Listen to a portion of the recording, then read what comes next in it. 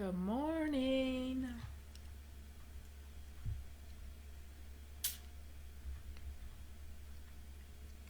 Oh my goodness. Good morning. Facebook changed all my stuff again, so I look lost because I kind of am. Oh dear Facebook. Please don't confuse little me.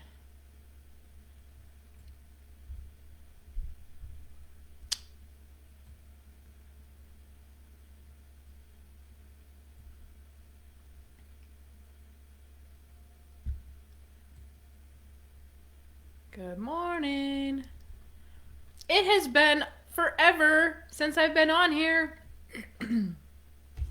See, you guys don't even know I'm going live because I'm unorganized.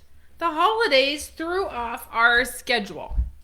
So, if you are watching, stop in. I look dark today. Perhaps I will put on some lights since I'm waiting for everybody.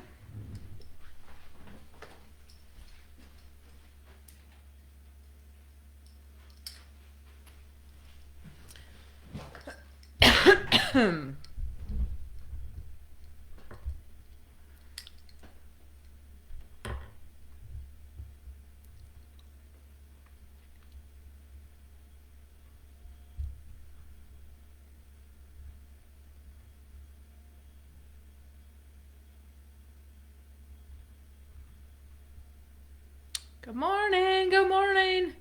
Say hello if you are watching. Okay, I'm gonna get started.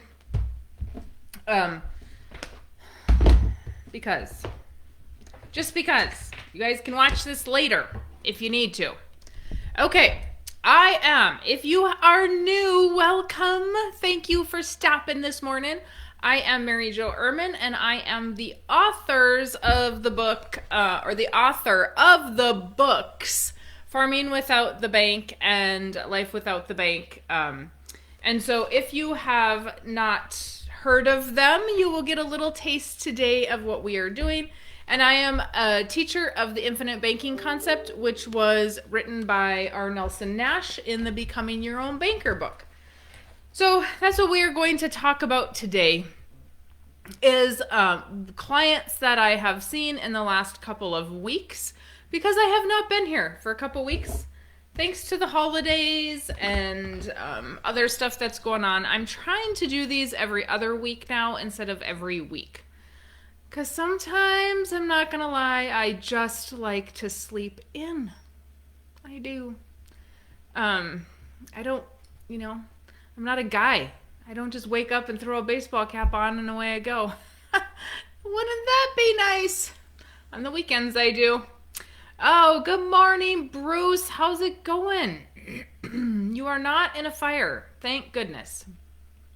Good morning, Michael. Good morning, David. All right. If you guys are listening, please say that you're listening. Say hello. It's called social media because it's social. All right. This is what I had in the last couple of weeks. I had a gentleman, I really just had a big array of things. Most are people that are starting from scratch and doing their own thing and working an off the farm job. So here is what I'm going to start with today. Don't tell me you can't start from scratch.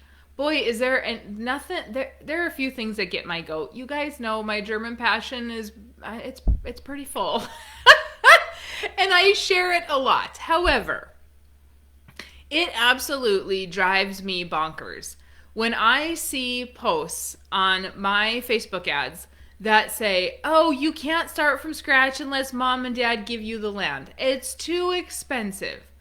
I see people starting from scratch all the time. I even have a young client in Iowa, where land prices are astronomical. I even see people starting from scratch in Iowa. Is it easy? No. Has anybody said it's going to be easy for you? No. So don't tell me that you can't do it. Okay? So I have a lot of those this week. And it's not like you're going to own a ton of acres right away. So get over that as well. You don't need to be competing with the big farmer when you don't even own a tractor yet. Doesn't need to happen overnight. All right. So I have, that's kind of this week's theme, is just a lot of people starting from scratch. However, I had one guy this is always exciting to me, and I always love to have these conversations, but I have a young guy that is actually buying land from the neighbor who has been a mentor. So the neighbor had, I don't know if he's actually from the state that he's in or what, but he moved out of that state when he was in high school, got a really good paying job, always wanted to farm, came back and farmed. Now, the old guy, who is the mentor, is only in his late 50s. He is not even 60 years old yet. So he's only in his late 50s, but he is selling this land to this young guy and helping him out, in addition to another young guy that is farming in that area as well. So the gentleman that I talked to, he just wants to do some ranching. And the other gentleman that he's selling to, he wants to farm. So the farm ground is going to one guy, the ranching and the pasture ground is going to somebody else. So this guy is just, like, people don't just do that all the time. And so obviously a super nice guy. And we were talking about it, and my client said, he really just wants to help some young people get started in this industry.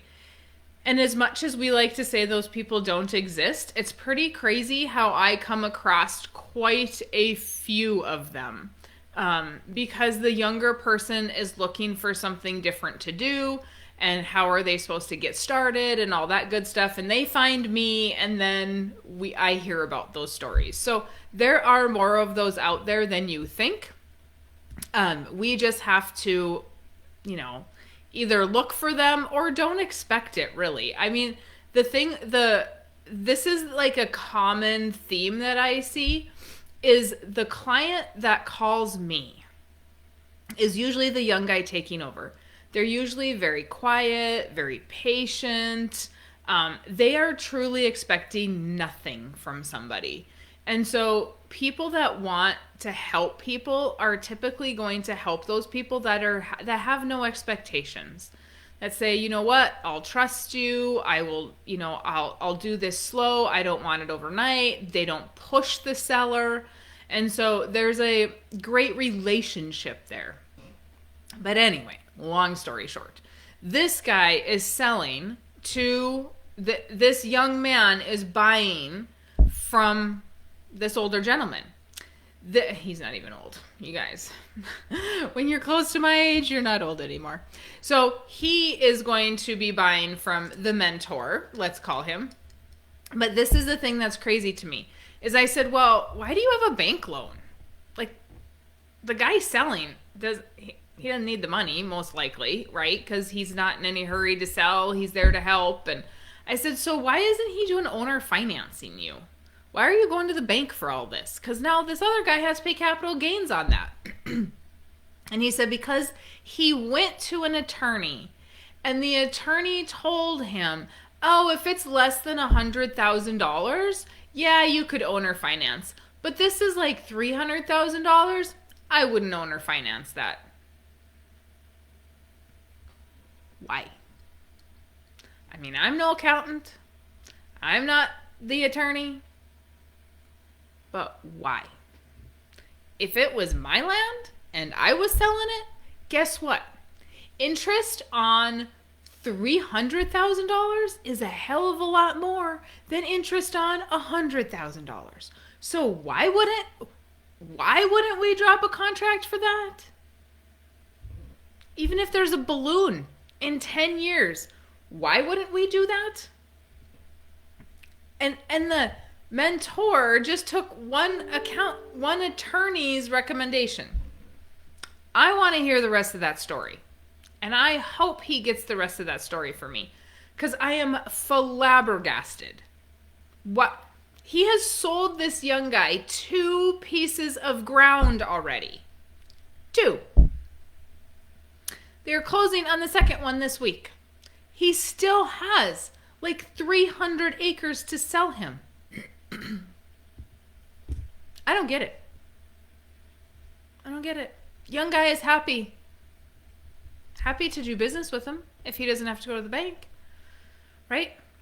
Thank goodness he's got a really good off-the-farm job. And he works at a dealership. So that's even better yet. Because he's getting equipment at a really good price. And he knows how to fix it. So that's even better. And he is not... Here's another thing this young guy is doing.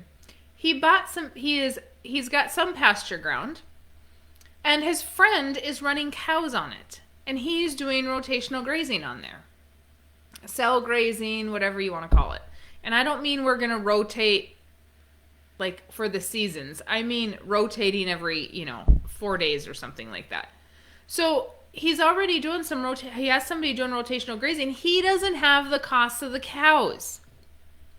So here we go, young people and people wanting to get started, old people alike. You don't have to do it overnight. He is slowly doing it. He doesn't own the cows. Okay? Because he doesn't have money for the cows. He is doing these other things. Let somebody come in and run their cows. And you just make the money. He also has somebody that wants to run hair sheep on his ground. Okay. Because guess why? The guy that wants to run hair sheep, his dad won't let him run on his ground. I mean, it works for everybody. I said, please don't go get a cattle note. I don't like cattle notes. He said, no, I'm not going to get a cattle note. That is what put my dad out of business in the 80s. Amongst other things, I'm sure. But why are we getting a cattle note if we don't need to? Kudos to him. It was such a fun conversation because he's only 23 years old. So here's what needs to happen. And I hope it happens because he has a really good relationship with this mentor of his. And so what needs to happen is he needs to have life insurance on the mentor. Because if the mentor passes away, is the wife going to sell you the 300 acres? He gets first right of refusal. It's going to be written up. So he gets first right of refusal on that. The kids don't want anything to do with it. We have a whole nother family that we don't know really super, super well that we're going to have to deal with.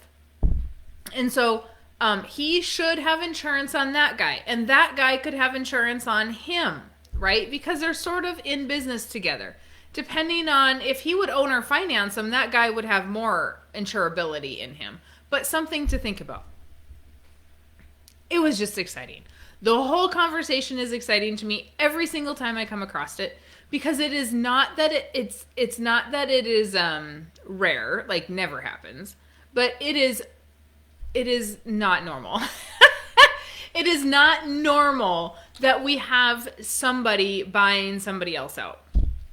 Here is what else was a fun conversation that I had this week is that I have an existing client who is doing a contract for deed from the mom and dad to buy the land.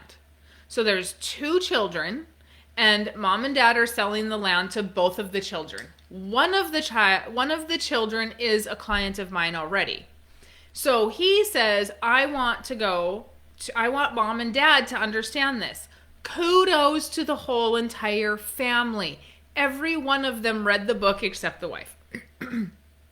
which is ideally it would have been awesome had she read the book, but she just ran out of time. So everybody read the book. They knew where we were. Mom and dad read the book, and the dad wasn't quite sure, like, why do we want life insurance on us? Well, when I showed dad that, this is what's going to happen. Sorry, let me rewind. The kids are going to pay mom and dad for the land. But mom and dad don't necessarily need the income. They've got some of their own income coming in. And so they're going to take that money and they're going to put it into a life insurance policy on themselves. So the land payment is going to go into life insurance on mom and dad. Mom and dad are then going to have a death benefit to pass back to the children. So the kids are going to get their money back plus some. When I ran the illustrations, mom is 59, dad is 61. You guys, they are super young to be talking about this. It is not normal, just like the guy that I just talked about.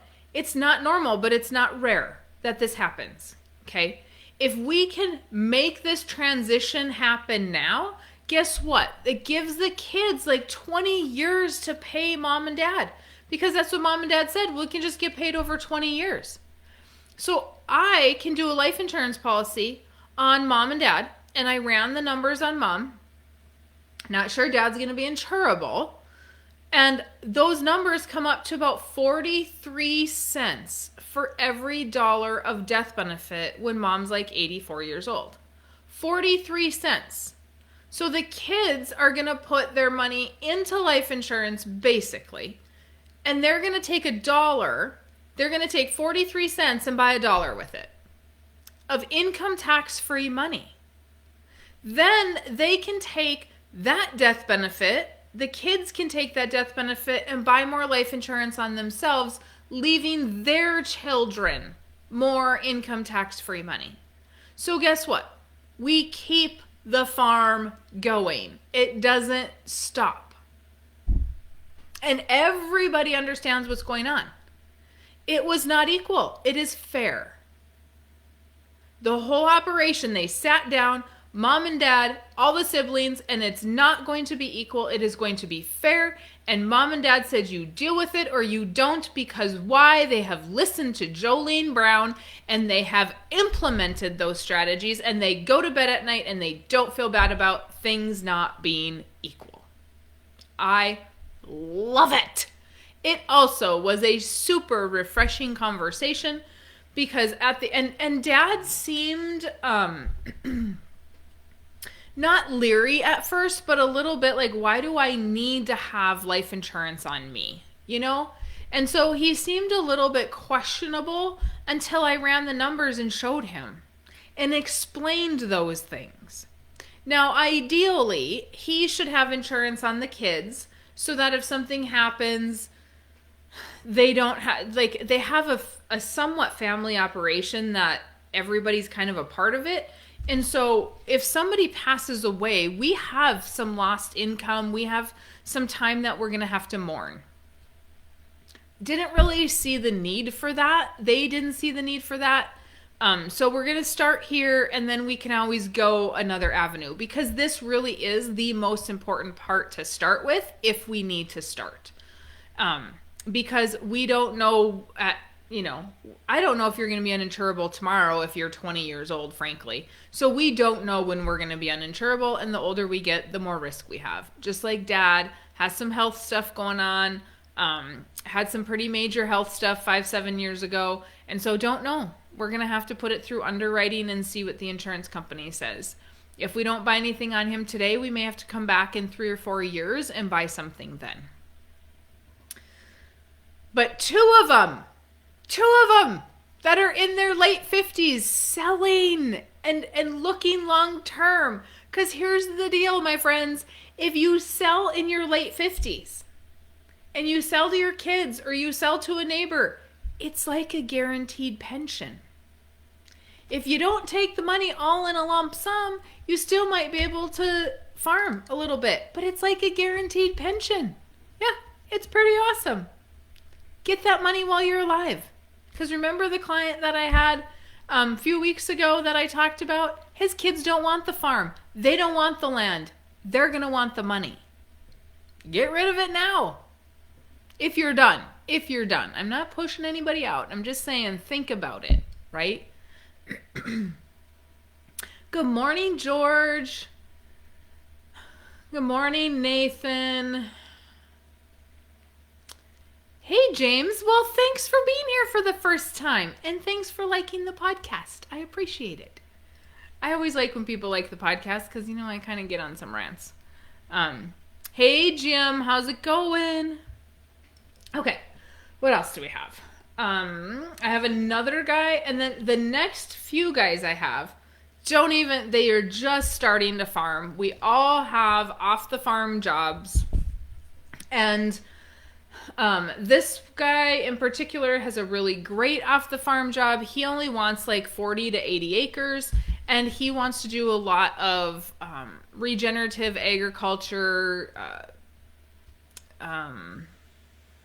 farmers market type stuff, and start to do that. He does not want cattle. He doesn't want to do direct to consumer with cattle. And so he is, he's like, I just want to kind of garden.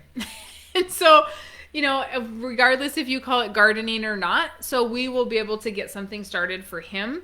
Here's another thing that they did that I found very interesting is they did not like the house they were living in. And obviously they want more acres. And so they, at the height of the market here, they sold their house and now they're renting. The one thing that I would have done maybe a little bit differently, and I did not ask him and it may not have been possible, but his rent is almost as much as his house payment was. And so we're not really able to save anything to buy a different property. It would have been awesome if they would have like rented for half of what their mortgage was, and then they could have used that money towards down payment. Now, they're not short of money because he has a really good off the farm job, and so that really isn't a big, huge deal. But nonetheless, that would have been a great strategy had he been able to do that or done that. I'm not sure. We did not get that far. Then I talked to another couple of guys who, these two are a dad and son. So the dad has an off the farm job that is a very good off the farm job. Mom has a very good off the farm job. And that off the farm job is what they are using to basically buy all the equipment. They are running a ranch, and it's a decent sized ranch. The son is managing the ranch. He does not have an off the farm job. 50% of the income from they're selling halves, wholes, and pieces, the way it sounds, direct to consumer as well. And that, they said, has completely been a game changer for the ranch. So the son is basically in charge of that. He does that. 50% of the proceeds go to the son. And so that we need to have, in this scenario, we need to have insurance on dad. The son needs to own insurance on dad because he's the money guy.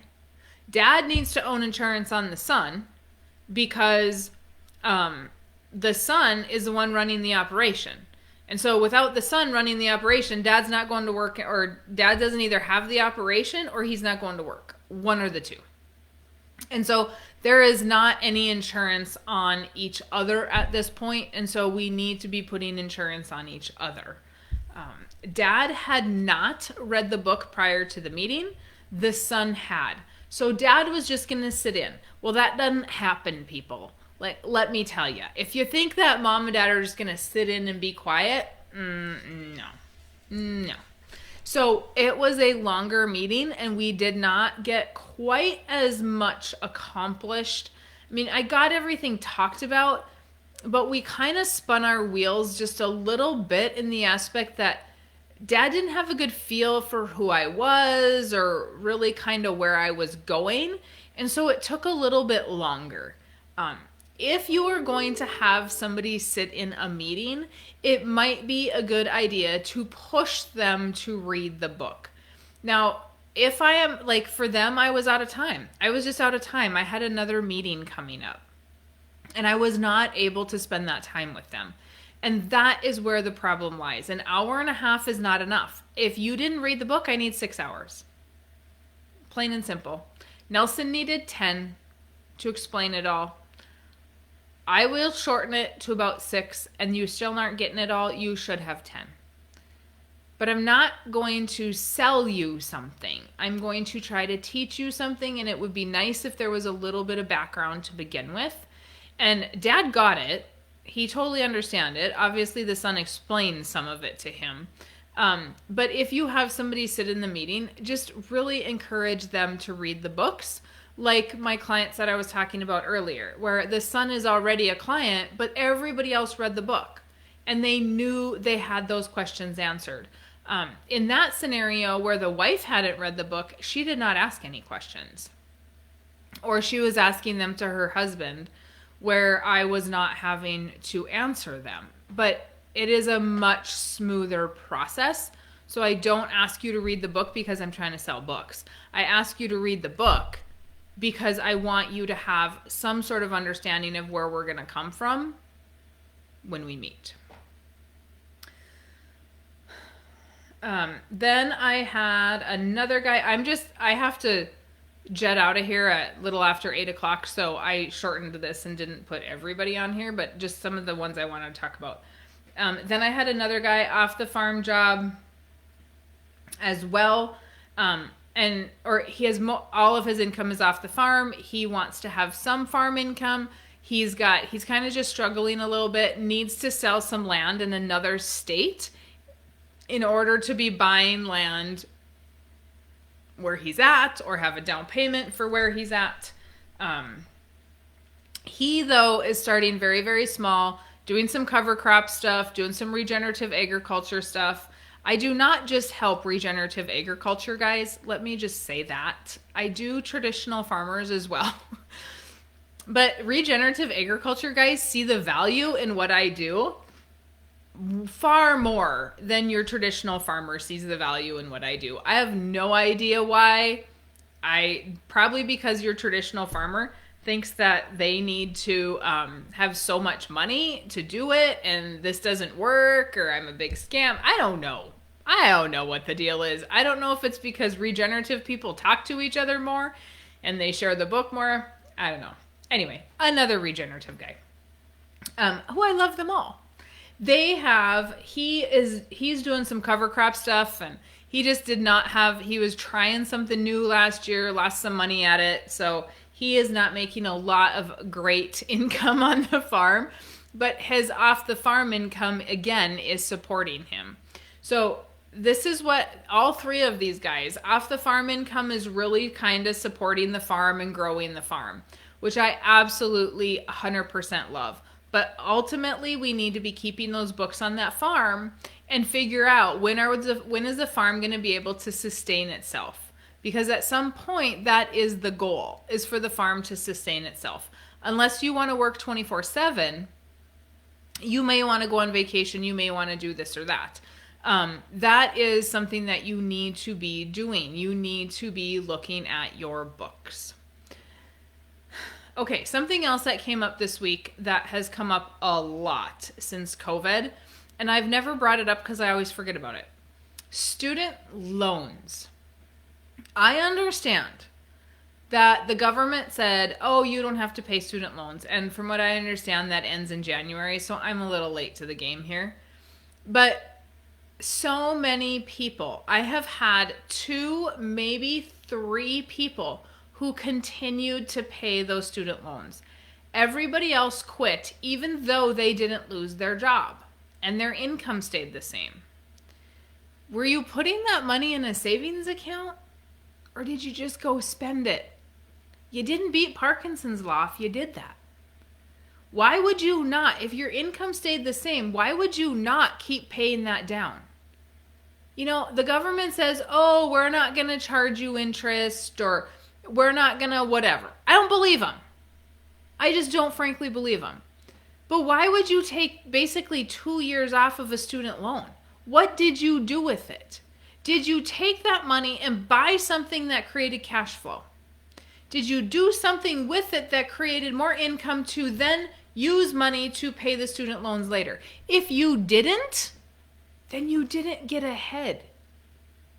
Why are we taking time off to pay things? That doesn't even make sense to me. I would have never quit paying that. So I want you to think about that. Like if the bank ever sends you, this is a great time of year. I always get these wonderful little letters from the bank that says, oh, it's Christmas and you don't have to pay your vehicle loan. You can stop paying your loan during Christmas and then we'll just pick up right where you left off. No, you won't. If you read the fine print, interest is compounding. They're deferring it. When we defer a student loan, it costs us more in the end. Because when we defer interest, it just keeps compounding. So if you have the ability to stop making payments on a loan, they did this to farmers.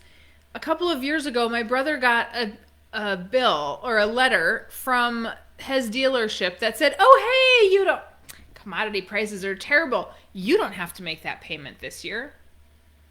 Well, what happens if commodity prices aren't good next year? They're going to defer it again? I'm just going to get to use a free tractor? A free tractor? You guys, think about it. When somebody tells you that you can defer a loan and they are a financial institution, are they doing that out of the goodness of their heart? Or are they going to make something out of it later and get paid for the time that you weren't making payments? There is a value to money. There is a value to time.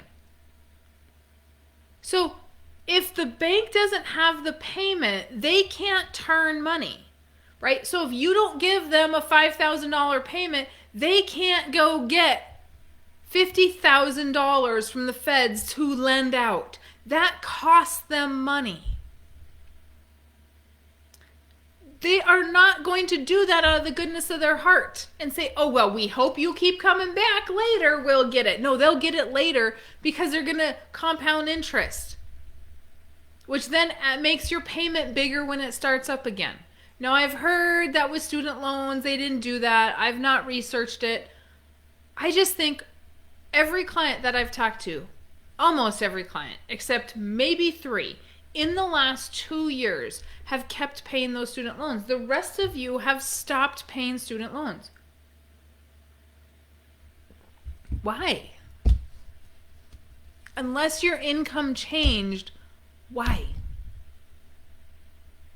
Why not just get ahead of the 8 ball? You're not beating Parkinson's law. You went and spent it on pizza or beer. Or maybe you go, ooh, I can go buy a side-by-side because the payment might be the same for my side-by-side as it was for my student loans. Well, guess what? Now your student loan started and you got a side-by-side payment. Is that side-by-side creating cash flow? If it is, fantastic. If it's not a good decision.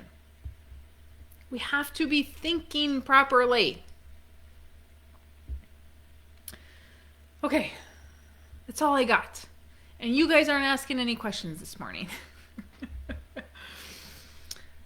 Okay, let me know. Hey, Nathan, I'm going to be in Missouri at some point. I think we talked about that. I will stay in touch with you.